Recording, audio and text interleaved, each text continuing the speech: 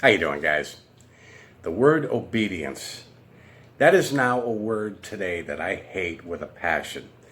Remember when you were a JW how much that was pushed? Obey, obey, obey without question. When it comes down to it, that was, and compliance was the base of being one of Jehovah's Witnesses. But every time I heard that word obedience, I always felt like somebody scratched me behind the ears and toss me a yummy. Who's a good boy?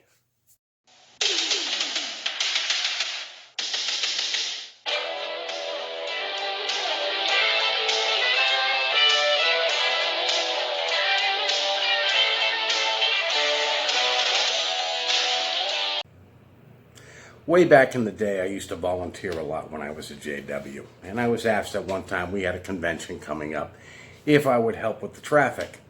Now this was summertime and when it was hotter than hell. And there was nothing worse than being in a shirt and a tie, directing traffic in 90-degree weather. I figured, okay, what the hell, I'll help out. Within the first hour, my shirt was now soldered to my chest. And at this point in time, I didn't realize what assholes JWs could be. Now, the conventions were drawing at least 3,000 people. So now you're putting everybody in a parking spot, And I had this one guy come in, new vehicle, and he was bitching about where I parked him. And he said, "This is a new car." And I'm like, "Dude, we've got too many people coming in, just park it here." Well, apparently he didn't want his new car scratched, and he says, "Well, I want a better parking spot. Like, I really have time." And I'm like, "Dude, look, park here." Well, he kept arguing with me, and I said, "Here's something to think about. You got 3,000 JWs coming in here today. What if every one of them had a new vehicle and wanted to park right where you want it? Dude, think, just park, go inside." And he kept on bitching that he didn't want to park there. Finally, I said, "Look, jackass, park here." Well, he parked there. Apparently, he squawked about it. He went to the coordinator of my congregation. Didn't think about it later on that day. The coordinator comes up to me and he says, "Hey, he had a problem with somebody out in the parking lot." I'm like, "Really? Who was that?" And he says, "Somebody named Jack." I couldn't help but laugh my ass off. It was funny. Well, you know, Jack should have just parked where I told him to. Anyways, that afternoon started again. Now, the dipstick who was organizing the entire convention was just that, a dipstick. Now, we've got traffic going out. You know, we all know how the conventions are. Everybody wants to leave at the same time. We always got those people that will run out before the closing prayer, get in a vehicle and screw. Okay, good. Well, we're starting to direct traffic and everybody's coming out. At this point in time, I am beat. The sun it's been about 3 days and the sun is bearing down on me. I'm beat to hell. Now I get everybody coming down. Now I got another row of traffic coming towards me that would like to get out. Okay, so I hold up my orange flag. Stop this traffic from coming, let this one out. Now this dipshit that was running the organization comes outside, out of the AC, says, "Why are you stopping traffic?" Well, because the main cause of an accident are two vehicles trying to get in that one spot at the same time. And he said, "Oh no, we got to keep this flowing."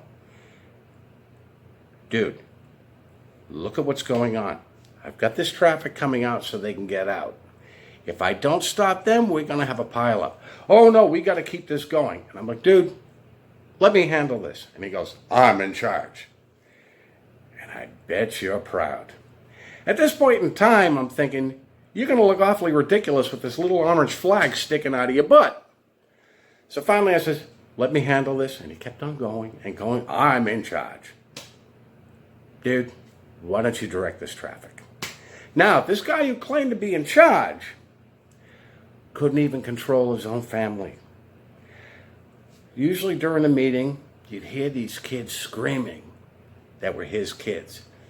He was in charge of this major convention, yet he couldn't hold his own family. But you got to comply without question, which is the biggest bunch of BS.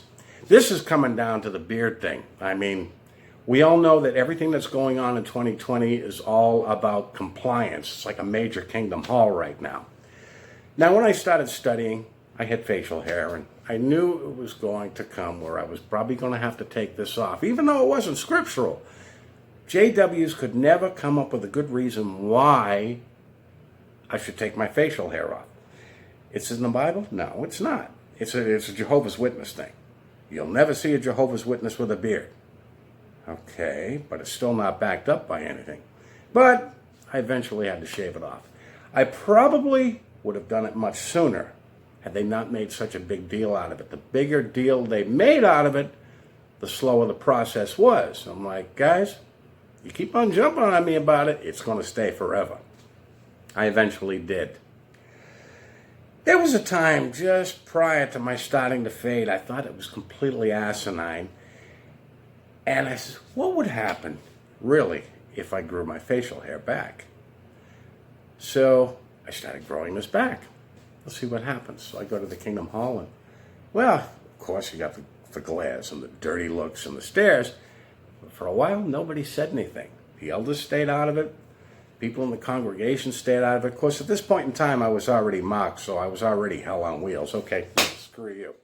Anyways, during the meeting, one guy I used to talk to on a regular basis, he looks at me and he says, "You hurt Jehovah." I looked, and how was that? Well, the facial hair. I looked at him and I said, "No, I didn't." Went back to my own business. He started chuckling about it because, frankly, the Almighty has a lot more to deal with than somebody having a friggin' beard. But it's all about complying without question, which in a lot of cases is ridiculous. If somebody who is in charge is a total asswad, they need to be questioned. But this is what Jehovah's Witnesses think. They're being drilled to be compliant to these 8 Goombas in Warwick. And let's face it, we've all seen how they handle things, and they're not worth being worshipped. They're not worth being listened to, yet Jehovah's Witnesses comply no matter what they say. You know, JWs, think about this. You got 8 idiots directing you, and they self-admittedly don't know where the hell they're going. Why would you go into a bus with a bus driver with a blindfold on? Because that's exactly what you're doing. You're complying to a bunch of idiots. But now we're looking at a whole society of idiots that are blindly following blind guides. JWs, wake up. Everything about this organization is total BS. Obedience. I hate that word with a passion, but obedience basically comes down to compliance. Anyways, guys, that's all I got for you today. Leave your comments below, and I'll talk to you later in the week. You have a good day.